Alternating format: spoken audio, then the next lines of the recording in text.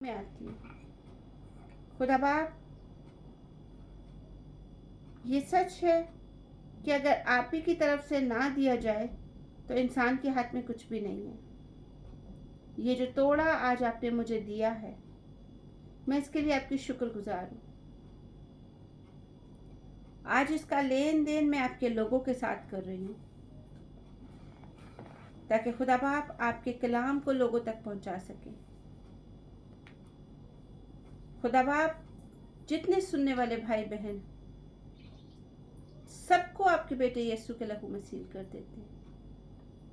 खास तौर पे दुआ करती हूँ, खुदा बाप, मेरे होठों का जुम्मा लेना, मुझ में होकर बात करना, ताकि मैं नहीं, मुझ में आपका पाक रूह बात करे। और आज हम आपके कलाम को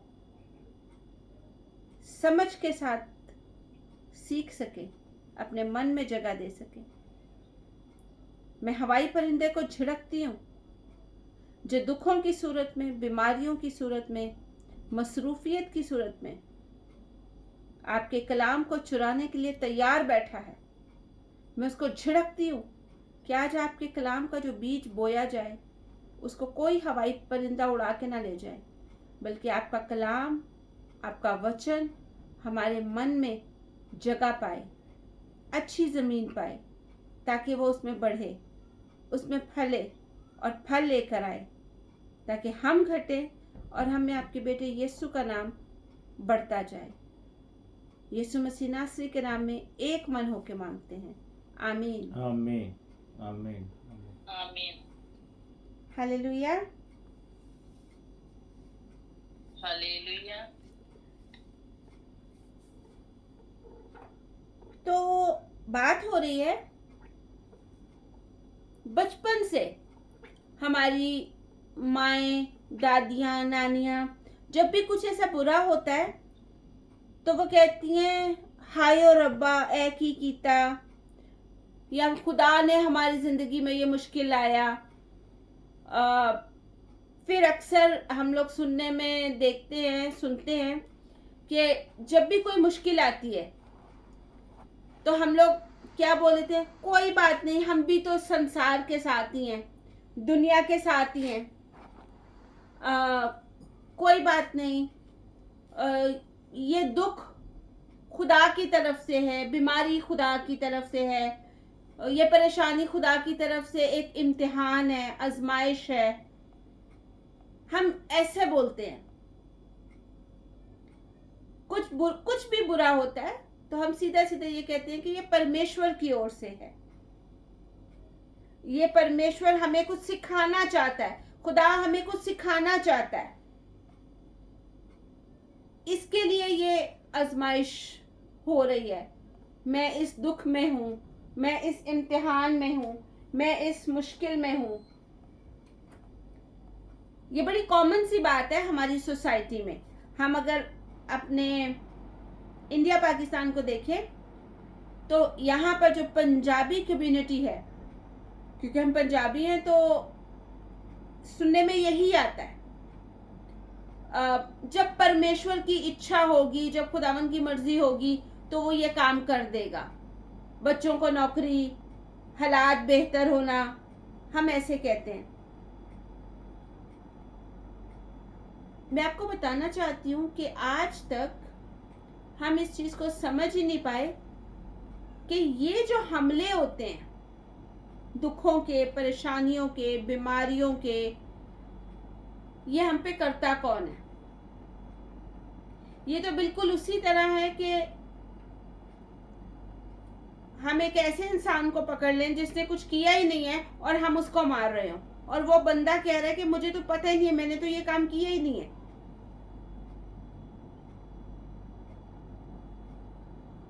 हम पर इस टाइप के हमले जो करता है वो हमारा खुदा नहीं है, क्योंकि बाइबल कहती है परमेश्वर भला परमेश्वर है,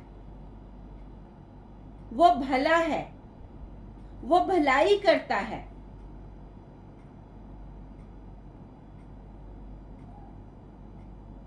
अगर मैं परमेश्वर के बारे में बात करूं तो बिल्कुल ऐसे जैसे कि एक बैग में आप चीनी का पानी डाल दें, पानी डालिए और चीनी उसको मिक्स कर दें तो उस पानी का जायका मीठा है। अब आप उस पानी को चाहे उसके अंदर पत्थर मारें, चाहे उसके अंदर कंकर मारें, तो जो पानी की छींटें उड़ेंगी वो मीठी ही आएंगी, क्योंकि वो पानी मीठा है। हालेलुया। हालेलुया। हालेलुया। ऐसा नहीं हो सकता कि मीठे पानी में आपने जब कंकर मारा, पत्थर मारा, तो खारे पानी की छींटें आपके ऊपर उड़े। वजह यह है क्योंकि वो मीठा पानी है। ठीक इसी तरह हमारा परमेश्वर, हमारा मसीहा, हमारा यीशु नासरी भला परमेश्वर है, भला खुदावंद है। उसमें जरा भी बुराई नहीं है और वो हमारे लिए भला करता है। हालेलुया। हालेलुया। हालेलुया। अब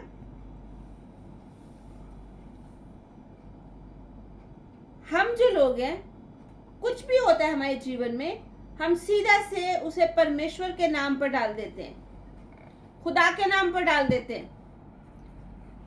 कई रिश्ते टूट जाते हैं तो हम कहते हैं खुदा की मर्जी नहीं थी इसमें, इसलिए टूट गया।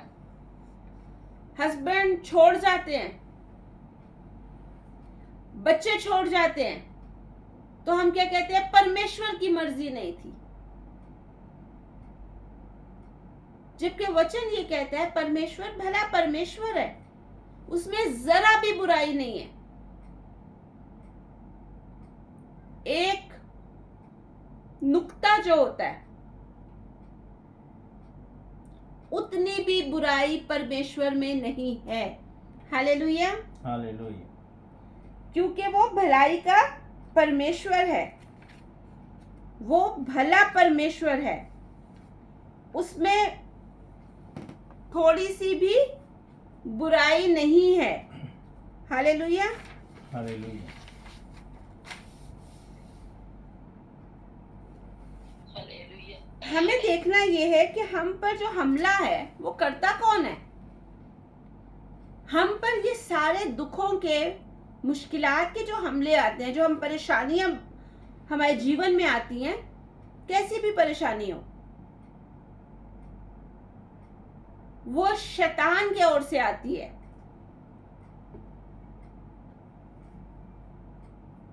जैसे मैंने आपको बताया था ज़बूर 126 में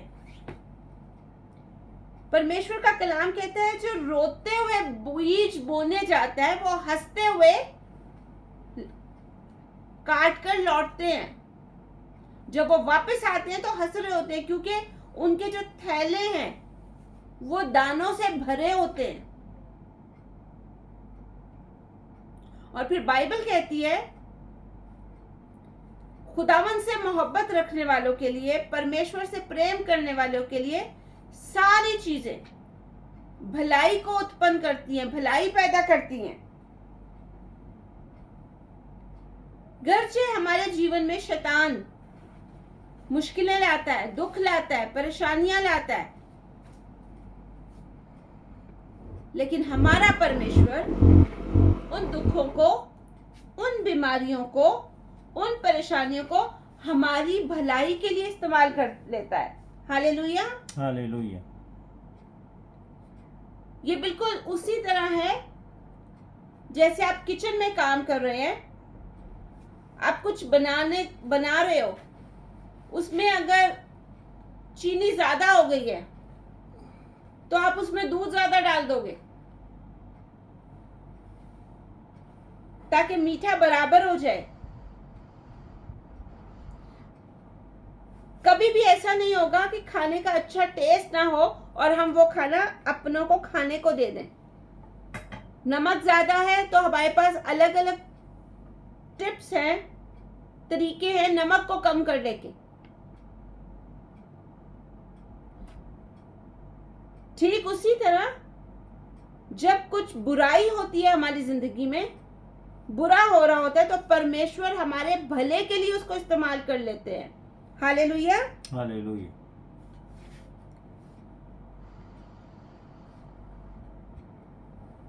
हमारे जीवन में जब हमने यीशु मसीह को अपने जीवन में लिया, अपना मुक्तिदाता, अपना निजात दहिंदा उसको कबूल कर लिया, तो फिर शैतान हम पर जो हमले करता है वो हम पर असर नहीं करते। मैं ये नहीं कह रही हूं कि यीशु मसीह को आप ग्रहण कर लो, यीशु मसीह को कबूल कर लो तो आपके जीवन में बीमारियां नहीं आएंगी, दुख नहीं आएंगे, तकलीफें नहीं आएंगी, परेशानियां नहीं आएंगी। बल्कि मैं ये बता रही हूं कि यीशु मसीह को अपने जीवन में लाने से ये जो शैतान के आपके ऊपर अटैक होते हैं, ये जो दुखों के द्वारा, बीमारियों के जरिए से, परेशानियों से वो हमले करता है, वो हमले कारआमद नहीं होंगे। वो हमले तो करेगा लेकिन हमें गिरा नहीं सकेगा। हालेलुया। हालेलुया। वो हमला उल्टा उसी के ऊपर पड़ेगा। आमीन। आमेन। क्योंकि यीशु नाम ऐसा नाम है जिस नाम के आगे बाइबल कहती है शैतान भी थरथराते हैं, डरते हैं। वो एक ही नाम है और वो यीशु नाम आज हमें दिया गया है। बाइबल में लिखा है मेरे नाम से, मेरे नाम से यानी यीशु के नाम से। जब यीशु के नाम से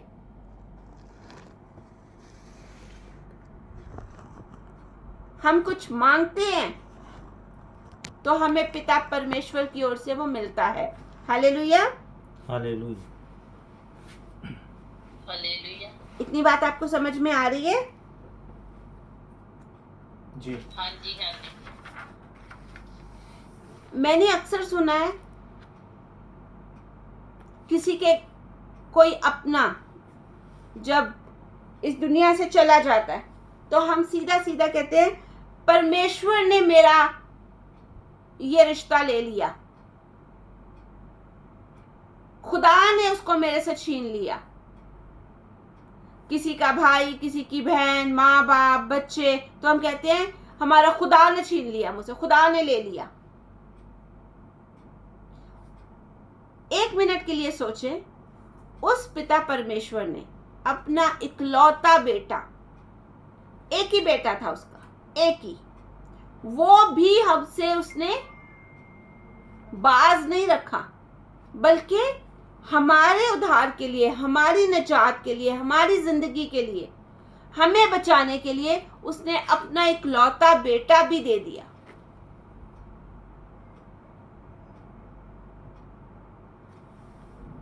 हम जब अपने मुंह को खोलते हैं, क्योंकि पिछले 2 दिन से हम जबान के बारे में सीख रहे हैं, जीभ के बारे में सीख रहे हैं। जब हम अपनी जीभ से, अपनी जबान से कहते हैं मुझ पर परमेश्वर ने ये मुश्किल ले आया, ये बीमारी खुदा की तरफ से आई है, ये आजमाइश खुदा की तरफ से है, ये परेशानी खुदा की तरफ से है, परमेश्वर लेकर आया है, कोई बात नहीं, परमेश्वर ने दुख दिया है, परमेश्वर ही चंगा करेगा, परमेश्वर की मर्जी, सुख दे या दुख दे। जब हम ऐसे बोलते हैं ना, तो हमारा यीशु अपने जख्मों को देखता है, उन जख्मों को जो आपके और मेरे लिए उसने अपने बदन पर खाए थे, वो कोड़े जो उसने हमारे लिए अपने बदन पर खाए, वो कांटों का ताज जो आपकी और मेरे गुनाहों की वजह से उसके सर पर धरा गया, हाथों में, पांवों में कीले ठोके गए हमारे गुनाहों की वजह से। और सोचें, आप बोल रहे हैं मेरी नौकरी चली गई, यीशु ने मेरी नौकरी ले ली, रब दी कोई मर्जी होएगी, मैं चल नहीं सकता हूं, रब दी कोई मर्जी होएगी।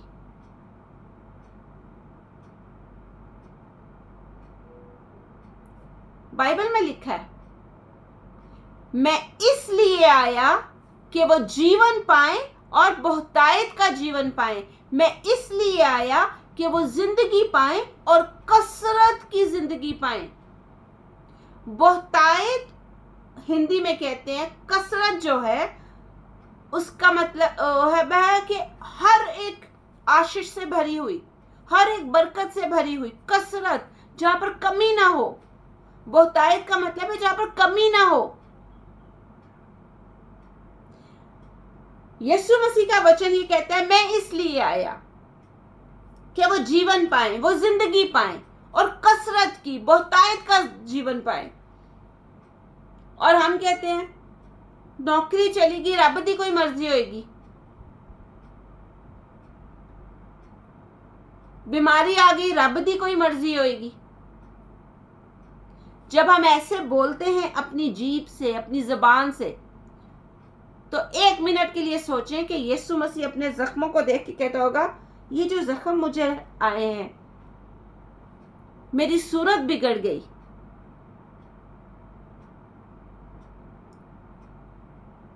फिर ये मैंने क्यों खाए हैं? अगर मैं ही तुझे दुख दे रहा हूं,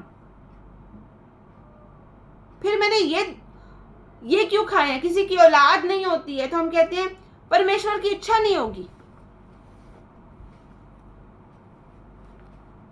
उसने ये एक कमी मुझ में रखी है ताकि मैं परमेश्वर को भूलूं नहीं। बाकी हर आशीष उसने मुझे दी है, बस एक जगह उसने कमी रखी है मेरे जीवन में, ताकि इस कमी की वजह से मैं परमेश्वर के साथ लगा रहूं। हम उस भले परमेश्वर को अपनी जीभ से क्या कह देते हैं?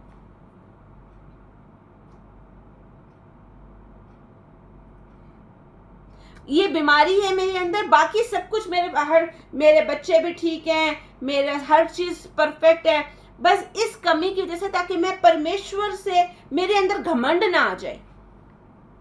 परमेश्वर ने इसलिए मेरे अंदर डाला है। मेरा एक सवाल है, आप में कौन ऐसा माता पिता है, कौन ऐसा माँ बाप है जो अपने बच्चे का हाथ तोड़ दे ताकि आपका बच्चा आपकी इज्जत करे, आपको याद रखे? कोई है ऐसा माँ बाप कि सिर्फ इसलिए आप उसका हाथ तोड़ दें कि आपका बच्चा हमेशा आप याद रखे कि ये मेरी माँ है और ये मेरा बाप है? क्या कोई ऐसे माँ बाप इधर बैठे हुए हैं? क्या ऐसे कोई माँ बाप मेरी आवाज सुन रहे हैं?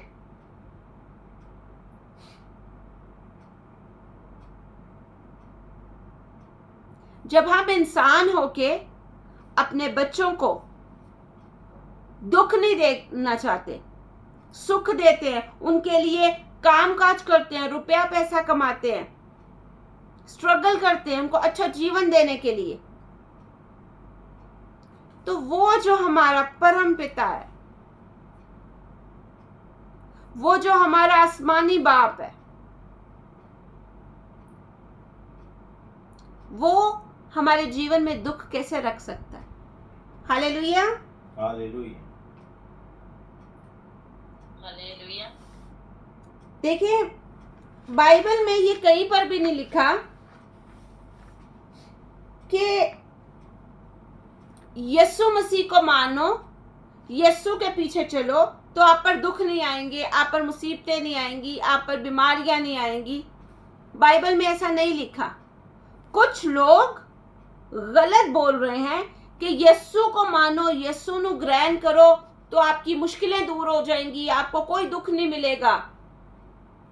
यीशु ने ऐसा नहीं कहा।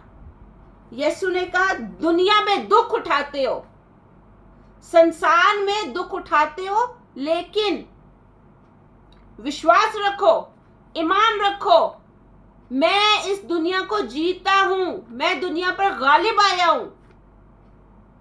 अगर मैं जीता हूं तो तुम भी जीतोगे। हालेलुया। यीशु ने यह बिल्कुल नहीं कहा कि मुझ पर विश्वास करो तो तुम पर दुख नहीं आएगा।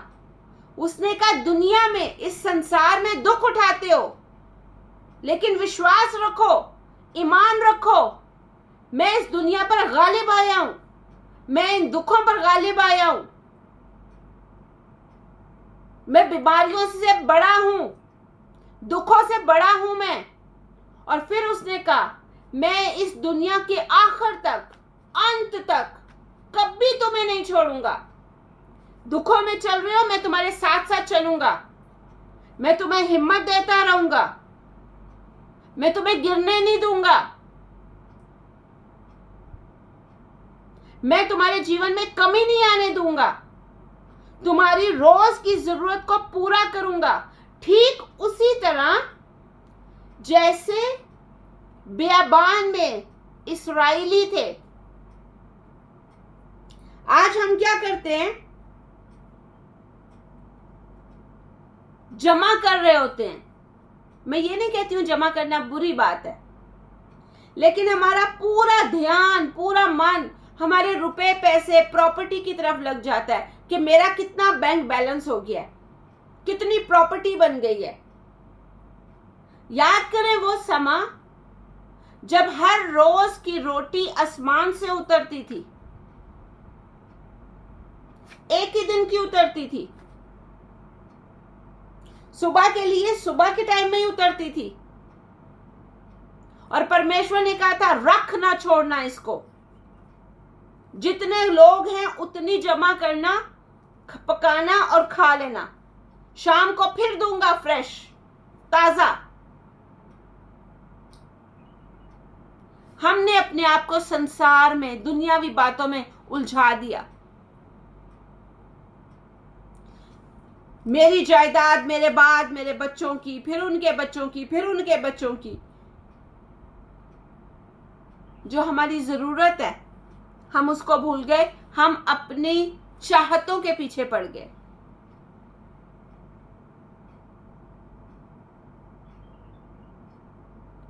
और इनके पीछे भागते भागते, इन चीजों के पीछे हम परमेश्वर से दूर होते चले गए।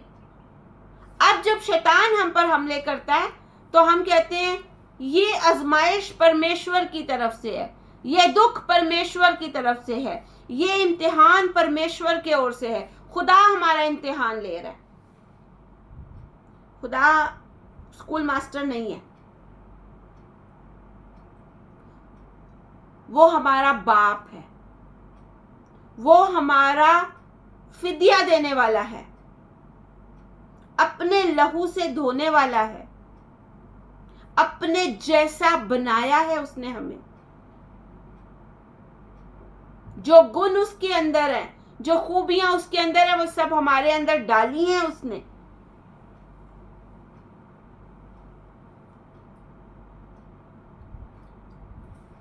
अक्सर होता है फिर हमारे जीवन में मुश्किल आती है ना,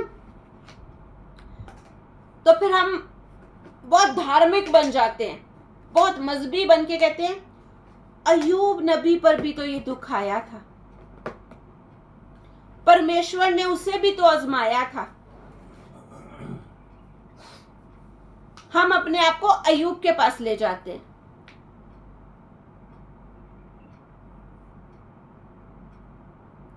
मेरे साथ निकालिए अय्यूब और देखें,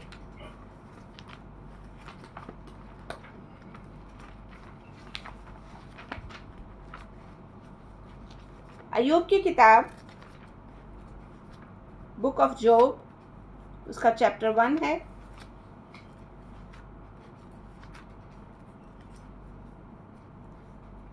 शुरू में अय्यूब के बारे में लिखा है कि वो कितना धनी था और हर रोज भेंट चढ़ाया करता था। वो सोचता था कि शायद उसके बच्चों ने कहीं ना कहीं अपने मन में परमेश्वर के लिए कुछ ऐसा बोल दिया हो जो नहीं बोलना चाहिए, तो वो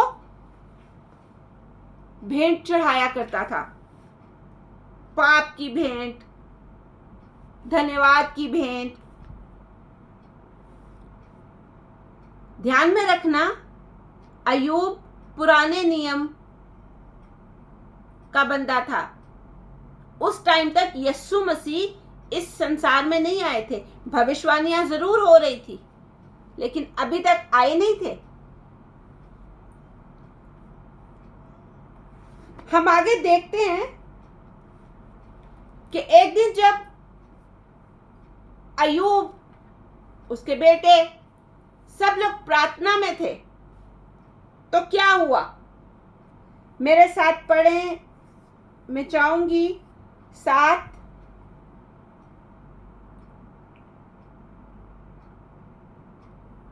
से लेकर 12 तक पढ़ दें। जी, हिंदी में पढ़ दें। 7 से लेकर 12। अय्यूब चैप्टर 1 फ्रॉम 6 to 12। अय्यूब की किताब, उसका पहला चैप्टर है 6 से लेकर 12 तक। ध्यान से सुनिएगा।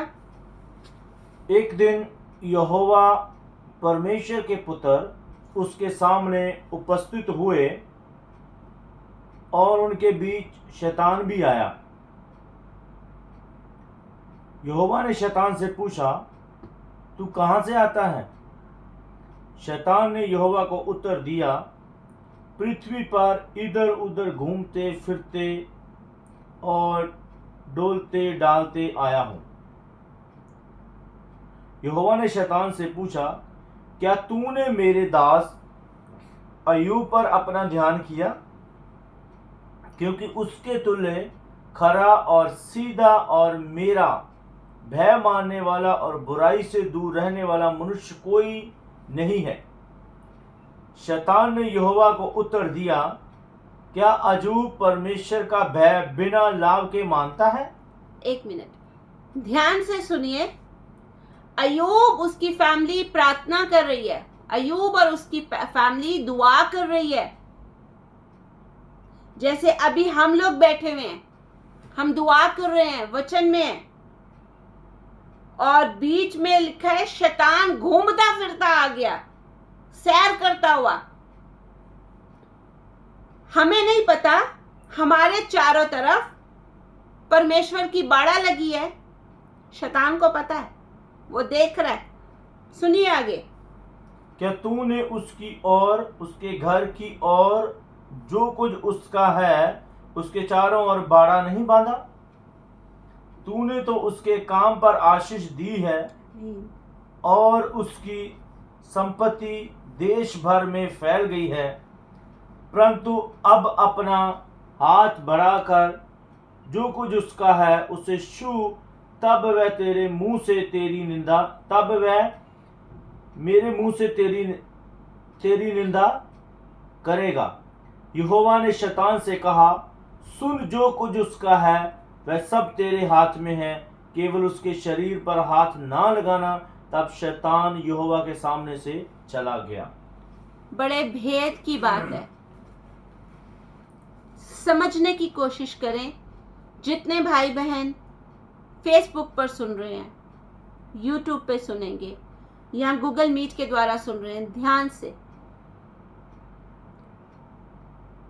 वचन कहता है शैतान परमेश्वर को कह रहा है, शैतान खुदा को कह रहा है, क्या तूने उसके हाथ के कामों में आशीष नहीं दी हुई, बरकत नहीं बख्शी हुई, इसीलिए तो वो इतना अमीर हो गया है। शैतान जानता है कि आशीष यीशु मसीह देता है, और हम जो यीशु के चेले गाते हैं, यीशु दे बंदे, हम ये जरा सा दुख आता है तो हम कहते हैं परमेश्वर ने दिया। अगर दुख भी परमेश्वर दे रहा है, बीमारियां भी परमेश्वर दे रहा है, मुश्किलें भी परमेश्वर दे रहा है, तो फिर शैतान क्या कर रहा है? फिर शैतान का क्या रोल है?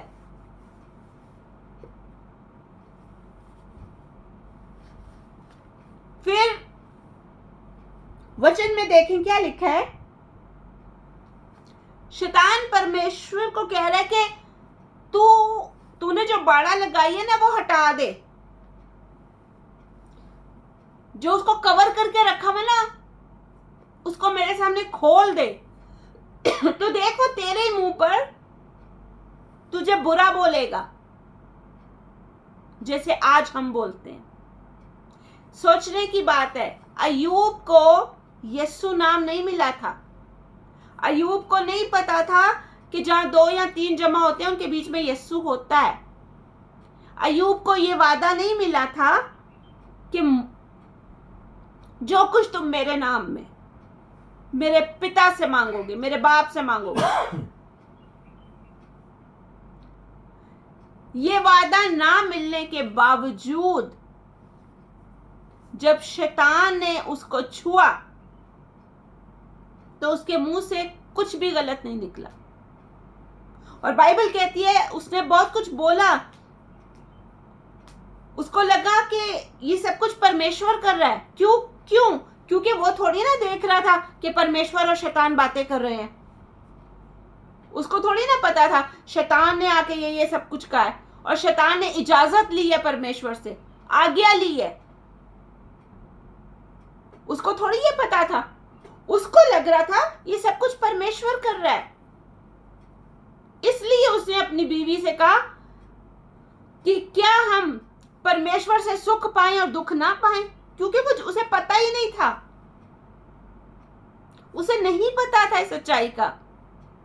उसको नहीं पता था कि दरवाजे के पीछे क्या हो रहा है। उसको लगा ये सब कुछ खुदा कर रहा है। लेकिन फिर देखें, जब खुदा ने अय्यूब की आंखें खोली, मेरे साथ निकाली अय्यूब चैप्टर 42।